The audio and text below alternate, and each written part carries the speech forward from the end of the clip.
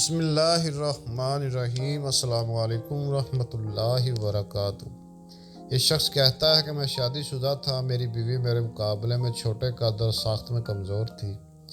جہاں تک میرا تعلق ہے، میں بہت لمبا اور بہت صحت مند بھی۔ اللہ نے مجھے ایک بہت بڑا ایتھلیٹ جسم دیا تھا۔ چونکہ میری بیوی چھوٹی تھی، اس لیے میں اس کے ساتھ بہت مذاق کرتا تھا۔ اس لیے کبھی اسے چھپاتا، پھر اسے ڈراتا، کبھی میں اس سے اس کی ڈائری چرا کر اسے اونچا کر دیتا تاکہ وہ اس تک نہ پہنچ سکے، اس کے چھوٹے قد کی وجہ سے۔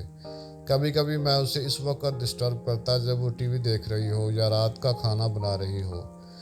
مجھے اسے پریشان کرنے میں بہت مزہ آتا تھا۔ مجھے اسے دیکھ کر اچھا لگتا ہے کہ وہ بہت مجھے نقصان پہنچانے کی کوشش کر رہی ہے اور وہ ایسا نہیں کر سکتی۔ پہلے تو وہ اس سے لطف اندوز ہو رہی تھی، لیکن میں نے دیکھا کہ وہ میری بچکانہ حرکتوں سے بیزار ہو گئی ہے۔ ایک دن میں کام پر جانے کے لیے جلدی اٹھا اور اسے ناشتہ بنایا ہوا پایا تو میں نے اسے ہمیشہ کی طرح ڈرایا۔ پھر اس نے بڑے خوف کے لہجے میں مجھ سے کہا، اس بار جب تم شام کو گھر آؤ گے تو میں آپ کو نظر نہیں آؤں گی۔ شام کو میں نے اسے گھر آ کر بلایا، لیکن اس نے کوئی جواب نہیں دیا اور میں نے اسے بار بار دہرایا، لیکن وہ نہیں بول رہی تھی۔ میں نے اسے پورے گھر میں تلاش کیا، لیکن وہ نہیں ملی، اور جب وہ کچن میں پہنچا تو میں نے وہاں ایک کاغذ کا ٹکڑا لٹکائے ہوئے پایا، اور اپنا خیال رکھنا، میں واپس نہیں آؤں گی۔ مجھے اس وقت لگا کہ میری ٹانگیں میرا بوجھ نہیں اٹھا سکتی۔ میرے پورے جسم میں تباہ کن سردی، اور میں اس وقت زمین کی سب سے کمزور مخلوق بن گیا تھا۔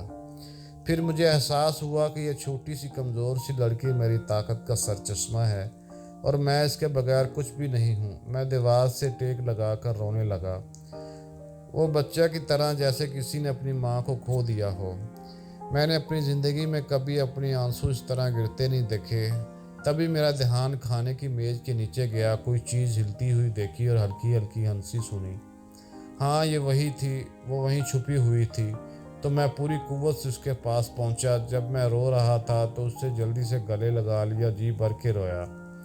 جہاں تک اس کی بات تھی، وہ تو زور سے ہنس رہی تھی اور بول رہی تھی کہ جادوگر پر جادو ہو گیا، اور مجھے اس وقت احساس ہوا کہ اس کمزور انسان کے بغیر میں زمین کی سب سے کمزور مخلوق ہوں۔ رسول اللہ صلی اللہ علیہ وسلم نے فرمایا، عورتوں سے حسن سلوک کرو، نہ کہ ان کو تنگ کرو، نہ ان کو مارو۔ باقی اللہ پاک ہر کسی کو نصیب اچھے کرے، آمین۔